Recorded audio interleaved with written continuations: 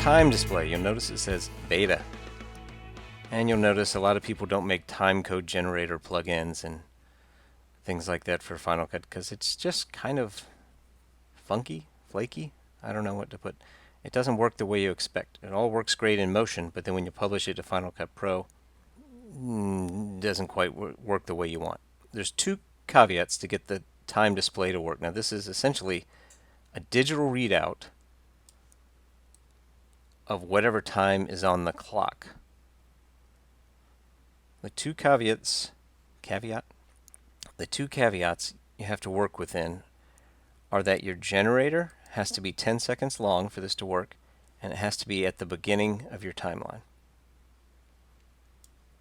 I can move this out of the primary, Command Option up arrow, so that I can slide it down real easily a little bit. And you'll notice now that does not say 6 o'clock. That says 7:38. If I slide it back, now that's 7:38. Perfect, right? And it should be, there's noon.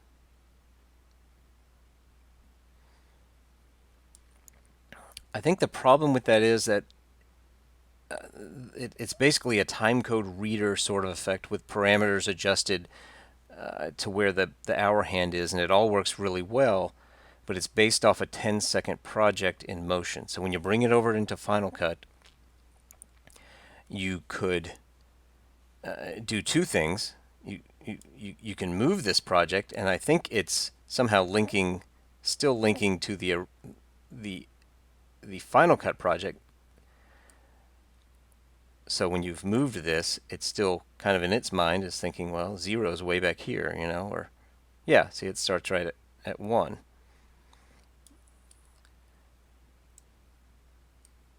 That said, you can make this work. Also, if you change the length of it. So now it is at the beginning of my timeline, but that's not 5:49. So let's undo that. 10 seconds. So you've got it 10 seconds. And if you want to move it around your timeline, the best thing to do is make it a compound clip. So just say Option G, make it a compound clip. And we'll just call it Clock Maker Time Display Clip.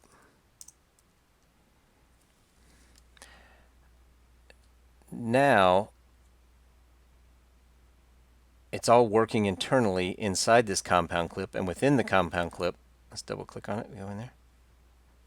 It is at the beginning of its timeline, and it is 10 seconds. So I'm going to go back to our main timeline. So now I can drag it down the timeline, use it wherever I want.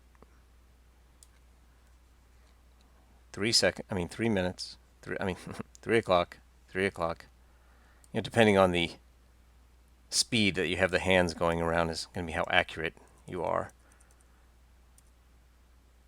51, I'm a little off. 3 o'clock. 3:09, see, it's not quite 9, but it's not quite 10. Your results vary depending on your hand settings, but it should be pretty close. And it is essentially a digital readout of your clock, but I can't figure out how to get it to start at 12 and go to 1. So it actually starts at 0. Okay, there's 3 caveats. So if your time goes from noon to 3, you might not want to use the digital display. But if you're going from 1 to 3 or 4 or whatever, you know, you're good. I'll go ahead and move this back. I'm going to zoom out a little bit. I have more to work with. You say, but I need my clip to be 15 seconds. Well, now that you've made it a compound clip, you can do Command R to bring up the speed controls. You can drag this out and make the clip longer. You can even trim it if you want. So say, you know, right now we've got the animation starting 1 second. Say you want the animation to start there. You could trim it.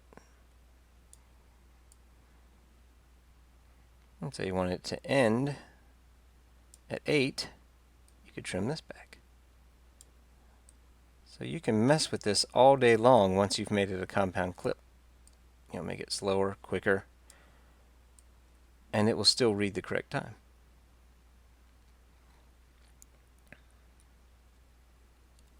And you think, well, you're slowing it down.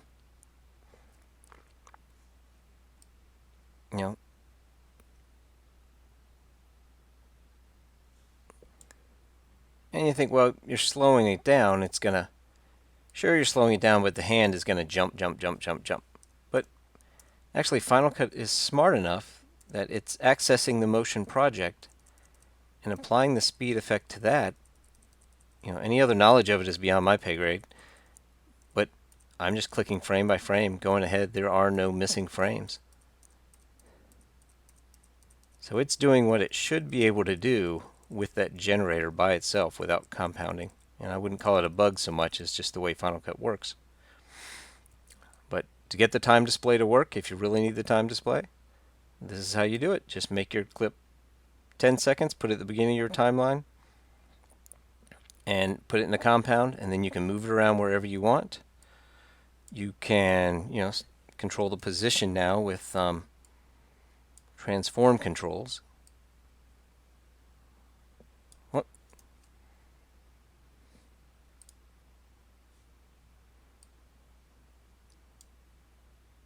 Now you can move it around with their just standard Final Cut transform controls, scaling and anything you need to do.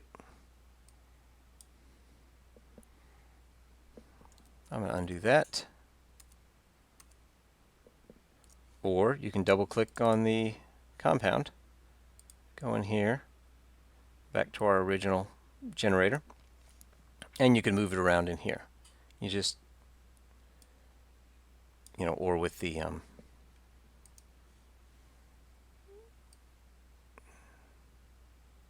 oops, there we go. Oh, I was saying it looks like I've lost my on-screen controls, but I still have the transform controls on. I'm not sure why, but you always lose those with the I guess because it has its own on-screen controls. So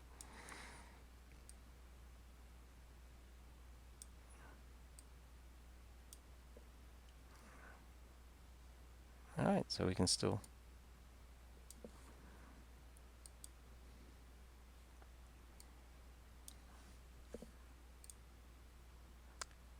oh, let's go back in one more time.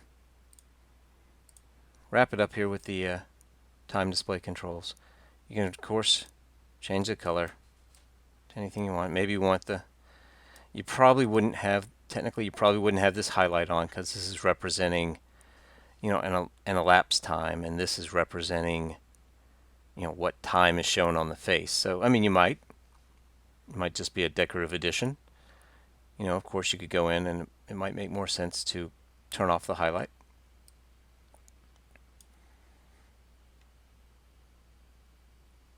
Alright, so you can control the opacity of it, just like everything. You can control the position. This one doesn't have an on-screen control, but you can, move it around all you want right here. I could be wrong. I'm wrong. I mean, I'm right. I'm right that. So if you want to move it around, you have to do it in these controls right here. I'll zero those out. Oops. Let's just undo. You can control the size.